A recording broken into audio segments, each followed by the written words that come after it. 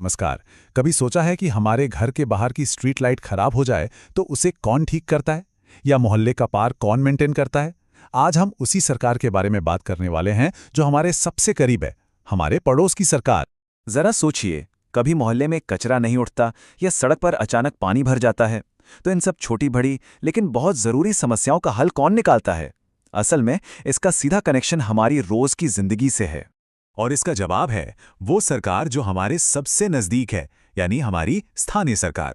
तो चलिए आज इसी सिस्टम की परतों को एक एक करके खोलते हैं और इसे और गहराई से समझते हैं। तो पहला सवाल यही उठता है कि ये स्थानीय स्वशासन या लोकल सेल्फ गवर्नमेंट आखिर है क्या चीज। आइए इस पूरे सिस्टम की बनावट और इसकी संवैधानिक नींव को समझते हैं। इसे ऐसे समझिए कि ये हमारे पूरे शासन के ढांचे की बुनियाद है। ये गवर्नेंस की वो पहली परत है जो सीधे तौर पर हमारे आस पड़ोस, हमारे मोहल्ले, हमारे गांव के रोजमर्रा के कामकाज को संभालती है। मतलब लोकतंत्र सीधे हमारे दरवाजे तक। और देखिए, ये कोई नया आइडिया नहीं है। इसकी जड़ें हमारे संविधान में बहुत गहरी हैं। अनुच्छेद 40 ने तो इसका बीज बो दिया था, लेकिन असली क्रांति तो तब आई जब 73वें और 74वें संशोधन हुए।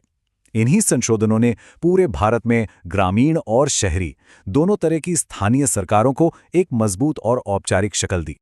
अब इस पूरे सिस्टम को समझने का सबसे आसान तरीका यह है कि इसे दो अलग अलग पटरियों की तरह देखें जो साथ साथ चलती हैं। एक पटरी है ग्रामीण भारत के लिए और दूसरी शहरी भारत के लिए। तो चलिए पहले ग्रामीण रास्ते पर चलते हैं और ये देखते हैं कि भारत के गांव में सरकार की रूपरेखा क्या है, ये काम कैसे करती है। इसे एक सीढ़ी की तरह सोच सकते हैं। सबसे नीचे यानी जमीनी स्तर पर है ग्राम पंचायत, जो एक या कुछ गांवों को देखती है। उसके एक पायदान ऊपर है मंडल परिषद या ब्लॉक समिति, जो कई सारी ग्राम पंचायतों के समूह को देखती है। और सबसे ऊपर है जिला परिषद, जिसके पास पूरे जिले की कमान होती है। अच्छा, अब इस सीढ़ी के सबसे पहले पायदान पर यानी गांव के लेवल पर दो ऐसी बॉडीज हैं जिनके बीच का फर्क समझना बहुत ही जरूरी है, क्योंकि अक्सर लोग इन दोनों को लेकर कंफ्यूज हो जाते हैं। पहली है ग्राम सभा। अब ये कोई छोटी मोटी कमेटी नहीं है। ग्राम सभा का मतलब है उस गांव के सभी रजिस्टर्ड वोटर्स। जी हां, हर एक वोटर। ये डायरेक्ट डेमोक्रेसी यानी प्रत्यक्ष लोकतंत्र का एक जबरदस्त उदाहरण है, जहां गांव के लोग सीधे तौर पर हिस्सा लेते हैं। और दूसरी है ग्राम पंचायत। अब इसे ऐसे समझिए कि ये ग्राम सभा की चुनी हुई एक एग्जीक्यूटिव टीम है। इसमें एक कप्तान होता है, जिसे सरपंच कहते हैं, और कुछ और चुने हुए सदस्य होते हैं। इनका काम ग्राम सभा की तरफ से फैसले लेना और उन्हें लागू करवाना है। तो अगर बिल्कुल साफ साफ कहें तो ग्राम सभा मतलब गांव की पूरी जनता यानी लोगों की शक्ति, और ग्राम पंचायत मतलब उन्हीं लोगों के द्वारा चुने गए कुछ प्रतिनिधि जो असल में दिन प्रतिदिन का शासन चलाते हैं। तो ये तो हुई ग्रामीण भारत की कहानी। अब गाड़ी को शहरों की तरफ मोड़ते हैं और देखते हैं कि शहरी इलाकों में ये सिस्टम कैसे काम करता है। यहाँ भी गांवों की तरह ही एक 3 लेवल का स्ट्रक्चर है, लेकिन ये इस बात पर निर्भर करता है कि शहर कितना बड़ा है। नगर पंचायत उन जगहों के लिए है जो अभी गांव से शहर में बदल रहे हैं। छोटे शहरों के लिए होती है नगर परिषद।